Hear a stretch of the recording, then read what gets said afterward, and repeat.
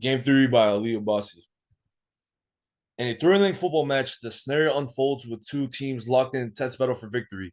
The principles of game theory come into play as both teams strategically analyze their options and anticipate the actions of their opponents. As the game kicks off, Team A, known for their aggressive playing style, decides to adopt an offensive strategy to score goals and secure an early lead. They believe that they could gain a significant advantage by pressuring Team B defense, forcing them to make mistakes. The strategic choice aligns with them with their assessment that Team B defense is vulnerable to quick counterattacks. On the other side, Team B, renowned for their defensive prowess, predicts Team A's aggressive approach and decides to focus on more conservative strategy that they understand that by staying disciplined and their defensive positioning and minimizing risk, they can neutralize Team A's attacking threats. Team B's anticipates that their solid defensive line can frustrate teammate attempts and create opportunities for counterattacks. As the game progresses, both teams adapt their strategies based on the unfolding events on the field. Team A realizes that their aggressive approach is not yielding the desired results, as Team B defense remains resolute.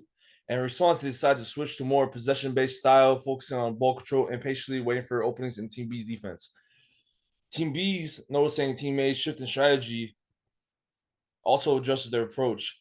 They intensify their efforts to disrupt Team A's passing lanes and regain possessions quickly. Team B recognizes that by winning the ball back swiftly, they can catch Team A off guard during their transition from offense to defense. With the game reaching its climax, game theory becomes even more prominent. Team A, aware of limited time remaining, becomes more aggressive once again, taking calculated risks to score a decisive goal. They understand that exposing themselves to counterattacks risk conceding, but they believe that the potential reward outweighs the danger. Meanwhile, Team B faces a critical decision. They can either stick to their defensive strategy in an attempt to preserve the draw, or take calculated risks to secure a winning goal. They evaluate the potential outcomes, weighing the probability of success against the risk of conceding.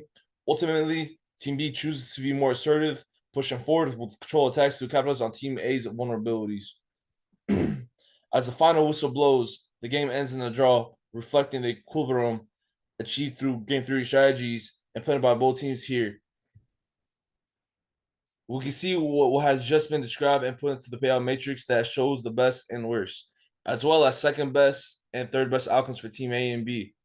When the first quarter kicked off, it was the third best outcome for Team A because Team B chose to play defensively. So Team B kept up; they were playing defensively, and Team A switched to strategies to what was their best outcome, but the worst for Team B, which meant that Team B would then change.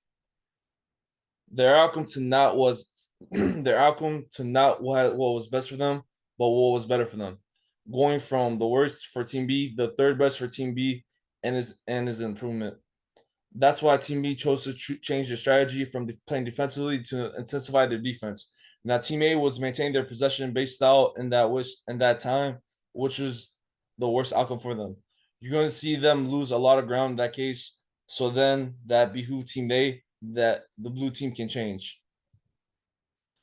their strategy over to playing offensively now when Team B was intensifying their defense and Team A was playing offensively.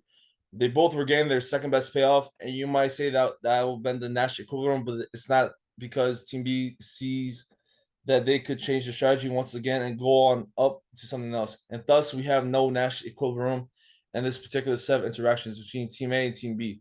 And this is why, and that's one of the reasons that it's so exciting to watch football, to watch the football game and what we call Gridiron Economics.